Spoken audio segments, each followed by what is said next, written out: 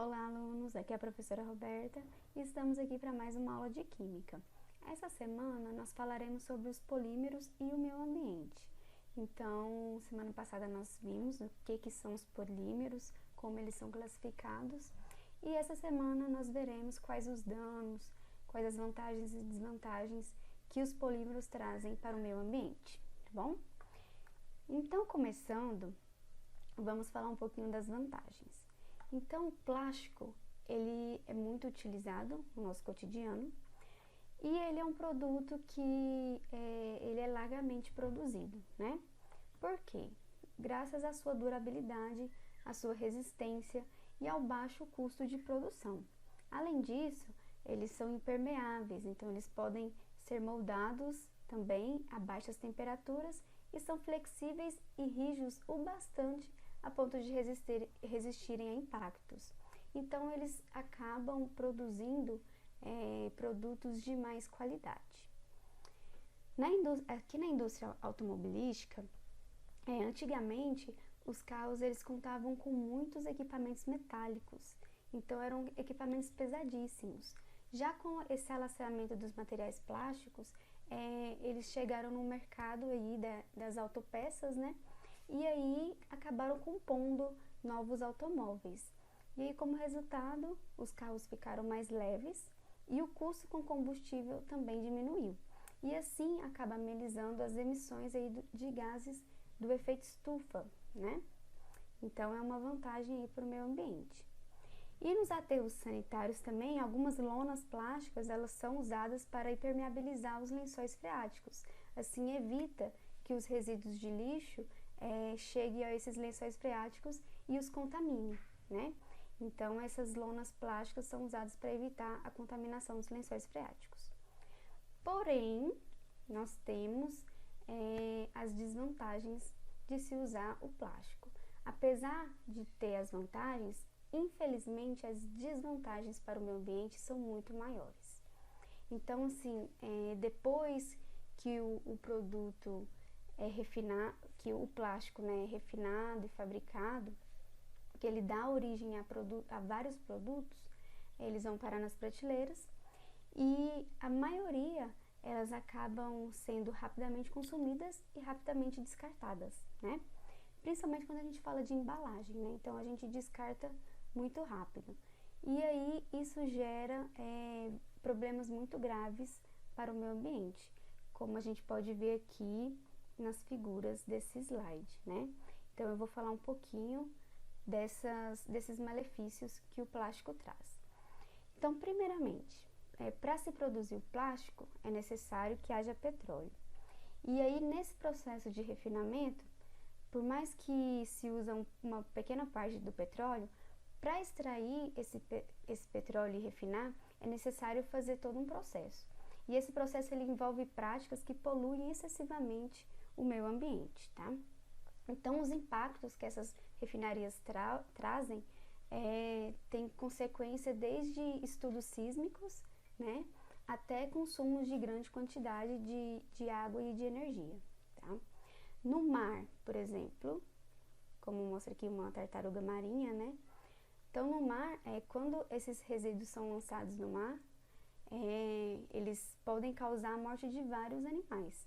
Então, como peixe, tartaruga, algumas aves marinhas também, porque eles acabam engolindo sacolas plásticas, tampinhas, então eles acabam engolindo esse material aí e acaba causando sua morte. Como a gente vê aqui na imagem, tá vendo uma ave que morreu e aí depois quando foram abrir essa ave, era tanto de produtos aqui, né, feitos de plástico.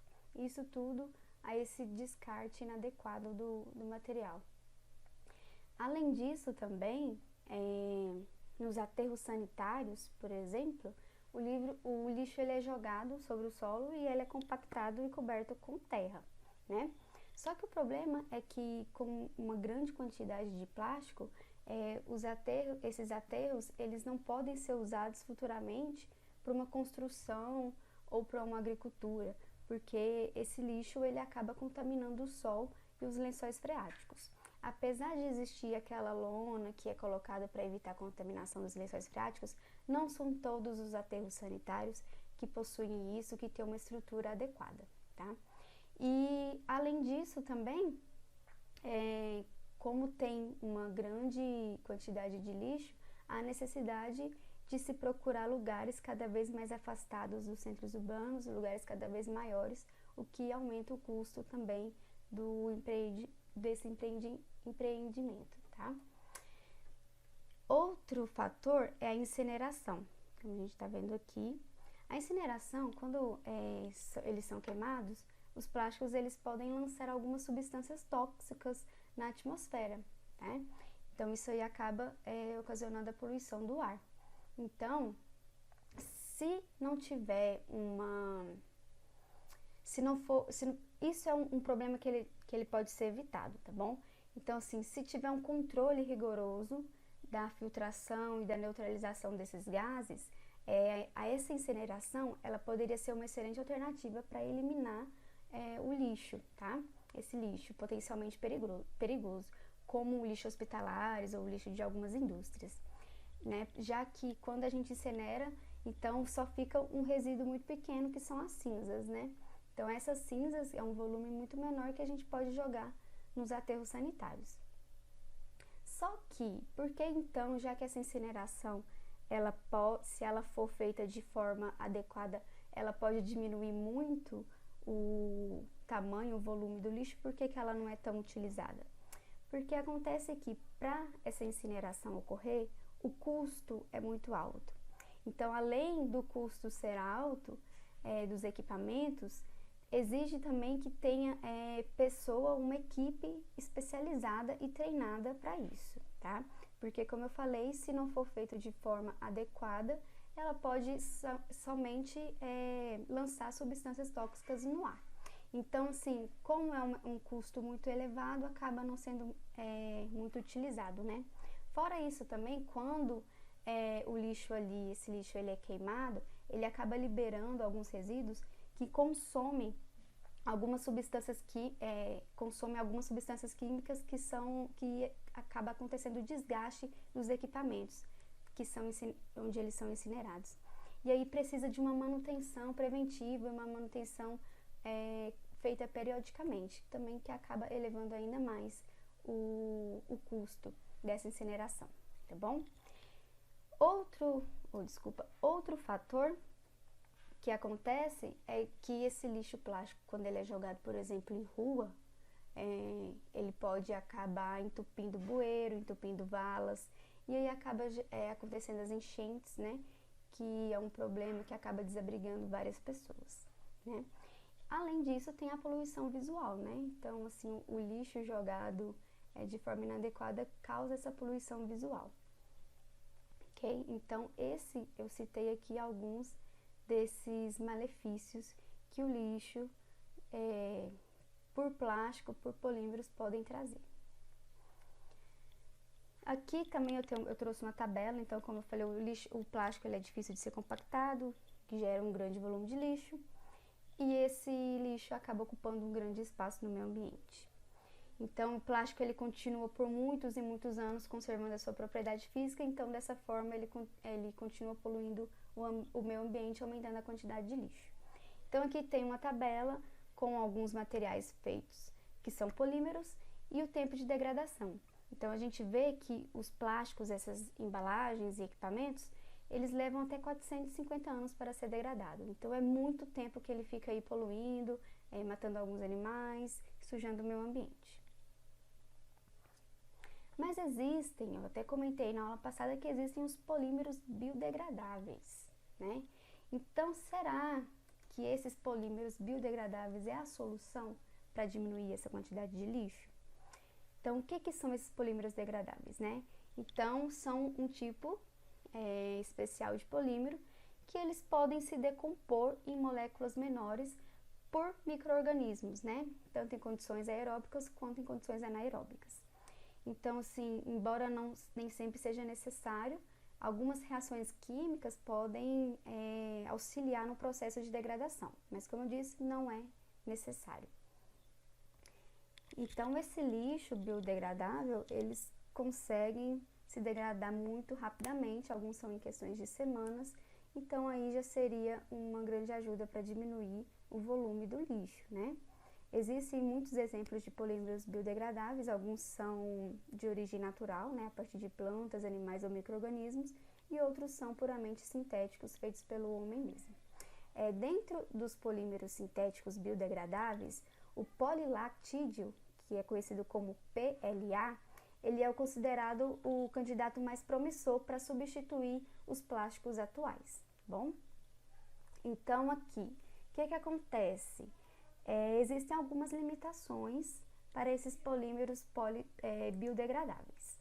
Então, assim, o tempo de degradação desse material, ele é mais rápido em comparação com os plásticos atuais, né? Então, o que evitaria esse acúmulo aí desse lixo.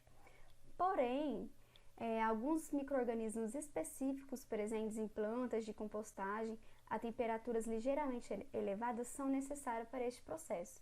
Então, se não estiver disponível esses micro-organismos específicos, o tempo da degradação também pode ser maior. Então, o que antes era feito em algumas semanas pode aumentar aí para meses, anos, o que já não é tão vantajoso assim.